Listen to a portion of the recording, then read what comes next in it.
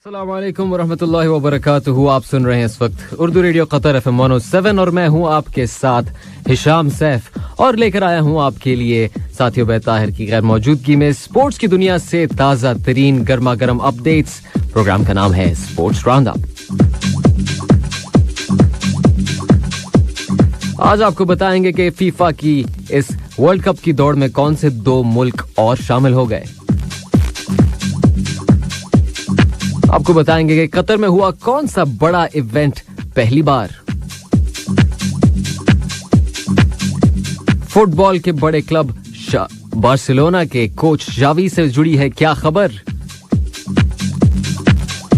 और क्रिकेट की दुनिया में कौन लेकर जा रहा है बाजी। ये सब और बहुत कुछ आज के इस स्पोर्ट्स राउंडअप में। सबसे पहले बात करते हैं कतर इंटरनेशनल बाहर रैली की, जहां कतर के मारूफ रैली ड्राइवर नासिर सालेह अल अतिया और पोलैंड से ताल्लुक रखने वाले जूनियर राइडर कॉनराड डबराव्स्की ने अपनी अपनी फील्ड्स में जीत हासिल की, अपनी अपनी कैटेगरीज में जीत हासिल की। शुमाल मगरबी तेज हवाओं और विजिबिलिटी खराब होने के बायस नासिर अल अतिया और उनके फ्रांसीसी को ड्राइवर मैथ्यू बाउमेल रेस के फाइनल सेक्शन में अपना रिवाइज स्टार्ट न ले सके और फाइनल रिजल्ट जुमे की शाम की क्लासिफिकेशन के मुताबिक ही रहा। FIA Middle East cup for cross country बाहाज के रजिस्टर्ड कंटेंटर्स या रजिस्टर्ड हिस्सा लेने वालों को कम पॉइंट्स दिए गए। नासिर सालेह अल अतिया का कहना था कि सेफ्टी के सबके लिए ही सबसे अहम चीज है और आज का स्टेज कैंसिल करने के अलावा कोई दूसरा फैसला, कोई दूसरा ऑप्शन बिल्कुल मुमकिन न था। उनका मजीद कहना था कि अगर स्टेज मंसूख या कैंसिल ना किया जाता तो एक बेहतरीन फाइट का मुजाहरा किया जाता, और जिस तरह से मेरी कार परफॉर्म कर रही थी मैं बहुत खुश था। और कतर की सख्त टेरेन और मुश्किल नेविगेशन में जीतना कभी भी आसान नहीं होता, इसीलिए मैं कतर में ये रेस जीतने पर हमेशा ही बहुत खुश होता हूं। नासिर अल अतिया और उनके को ड्राइवर बाउमेल ने 2 घंटे 21 मिनट और 11.5 सेकंड्स के साथ कार कैटेगरी का टाइटल अपने नाम किया। दूसरी जानिब पोलैंड के राइडर कॉनराड डबराव्स्की की डस्ट रैली टीम को मोटरसाइकिल्स कैटेगरी में कामयाबी हासिल हुई, जब डबराव्स्की ने 10 मिनट 53.4 सेकंड्स की लीड से रेस खत्म की। इमारात के मोहम्मद अल बलूशी और बरतानिया के माकी रीस स्ट्रावस ने दूसरी और तीसरी पोजीशंस हासिल की। सऊदी अरब के अहमद अल जाबिर और कतर के ओवर 450cc कैटेगरी के विनर शेख मोहम्मद अल थानी टॉप 10 पोजीशंस में रहे।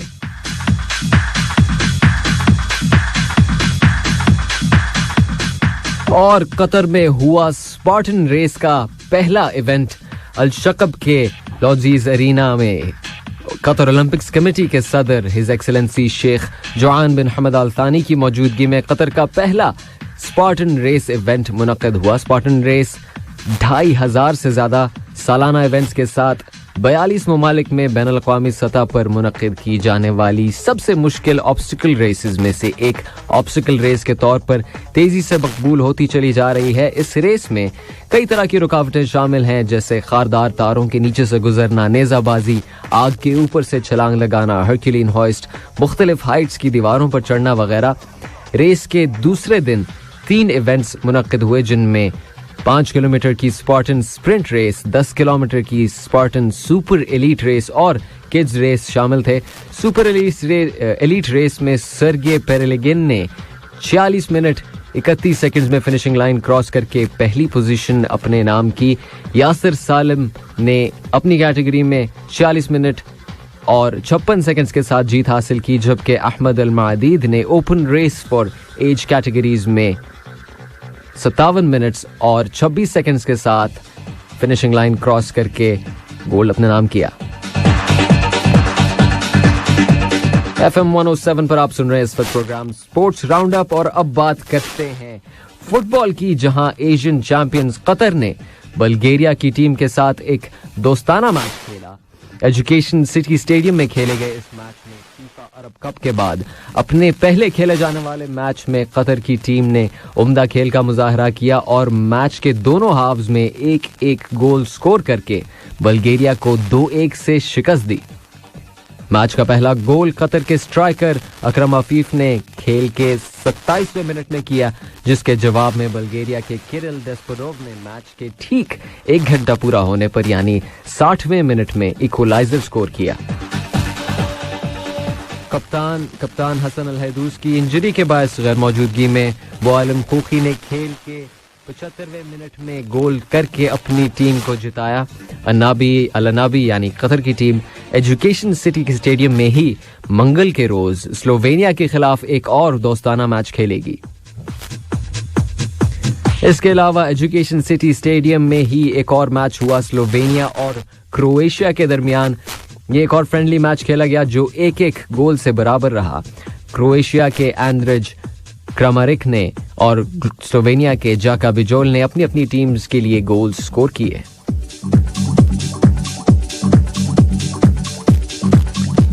और कतर की जीत की ये स्ट्रीक जारी है इंटरनेशनल लेवल पर भी, क्योंकि मेक्सिको के शहर रोजारितो में जारी वॉलीबॉल वर्ल्ड बीच प्रो टूर के एलीट 16 इवेंट में कतर के शरीफ यूनुस और अहमद तिजान की जोड़ी और नेदरलैंड्स के अलेक्जेंडर ब्रावर और रॉबर्ट न्यूसन की जोड़ी का मुकाबला होगा गोल्ड मेडल के लिए। जी हां, कतर ने सेमीफाइनल्स जीतकर फाइनल के लिए क्वालिफाई कर लिया है। ये दोनों जोड़ियां ओलंपिक्स गेम्स में गुज़िश्ता 2 इवेंट्स में ब्रॉन्ज मेडल्स भी जीत चुकी हैं। कतर की जोड़ी ने टोक्यो गेम्स जबकि डच जोड़ी ने रियो ओलंपिक्स में ब्रॉन्ज मेडल्स जीते थे।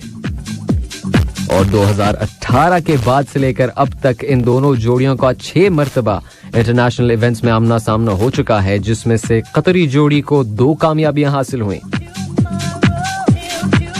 इसी वॉलीबॉल के टूर पे सेमीफाइनल में कतर ने पोलैंड को 21-17 और 21-15 के स्ट्रेट सेट्स हराकर फाइनल में अपनी जगह पक्की की। इससे कबल कतरी पेयर ने क्वार्टर फाइनल्स में चेक रिपब्लिक के ऑन्ड्रेज परवेसिक को और डेविड ट्रेनर को 2-1 से शिकस्त दी थी।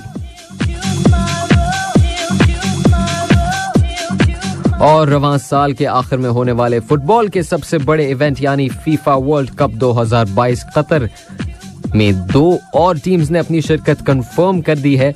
ऑस्ट्रेलिया के सिडनी ओलंपिक स्टेडियम में खेले गए मैच में जापान ने ऑस्ट्रेलिया को 2-0 से हराकर लगातार 7वीं मर्तबा फीफा वर्ल्ड कप के लिए क्वालिफाई कर लिया है।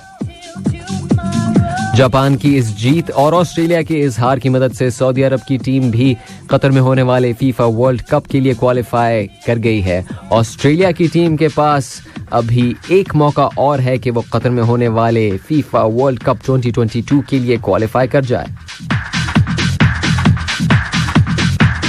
और फुटबॉल ही की दुनिया से एक और खबर ये है कि बार्सिलोना फुटबॉल क्लब के सदर जुआन लापोर्टा का कहना है कि बार्सिलोना के साबिक मिडफील्डर और कतरी असद क्लब के साबिक कोच शावी हर्नांडेस जब तक चाहें बार्सिलोना के कोच की हैसियत से काम कर सकते हैं। गुज़िश्ता वीकेंड में अपने रिवायती ओपोनेंट रियल मैड्रिड को 4-0 से हराने के बाद बार्सिलोना ने अपनी विनिंग स्ट्रीक को 13 मैचेस तक बढ़ा दिया था। शावी ने बार्सिलोना क्लब में 17 साल तक खेला, जिसके बाद 2015 में वो कतर के असद क्लब में एज अ प्लेयर 4 साल तक खेले। असद के हेड कोच की पोजीशन संभालने के बाद शावी 2.5 सालों में अपने क्लब को 7 ट्रॉफीज जितवाने में कामयाब हुए। ला लीगा में इस वक्त उनकी टीम बार्सिलोना 54 पॉइंट्स के साथ तीसरी पोजीशन पर है। अगर ला लीगा की पोजीशन पॉइंट्स टेबल पर नजर डालें तो पहले नंबर पर है इस वक्त रियल मैड्रिड 66 पॉइंट्स के साथ, दूसरे नंबर पर है सेविया 57 पॉइंट्स के साथ, तीसरे पर शावी की बार्सिलोना 54 और चौथे नंबर पर भी 54 पॉइंट्स के साथ है एथलेटिको मैड्रिड। लीग के बकिया मैचेस यानी मैच डे 30 का आगाज अप्रैल की 2 तारीख से होगा, जहां पहले रोज 4 मैचेस खेले जाएंगे। जी हां, इनमें से बड़ा मैच है सेल्टा विगो और रियल मैड्रिड के बीच और दूसरा बड़ा मैच होगा एथलेटिको और अलावेलिस के बीच।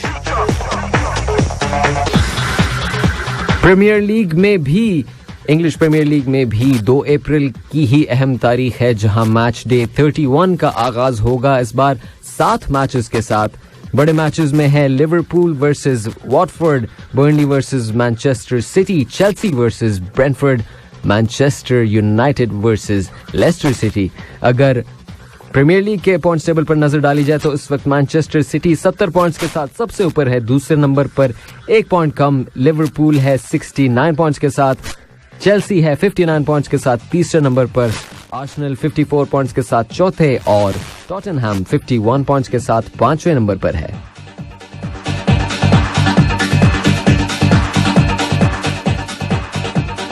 और जहां लीग्स की बात हो तो वहां बात होगी यूएफए चैंपियंस लीग की, जिसमें अब क्वार्टर फाइनल की लेग 1 ऑफ 2 का है बेसब्री से सबको इंतजार, जिसका आगाज होगा अप्रैल की 5 तारीख से, जहां 4 मैचेस खेले जाएंगे।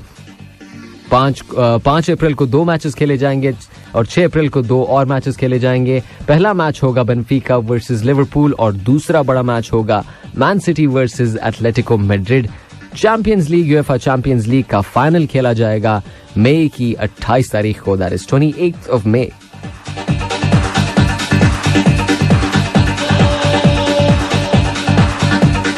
और अब फाइनली बात करते हैं क्रिकेट की दुनिया से, जहां से बड़ी खबर यह है कि England tour of West Indies के तीसरे और आखिरी टेस्ट मैच में वेस्ट इंडीज ने मेहमान इंग्लैंड की टीम को 10 विकेटों से शिकस्त दी।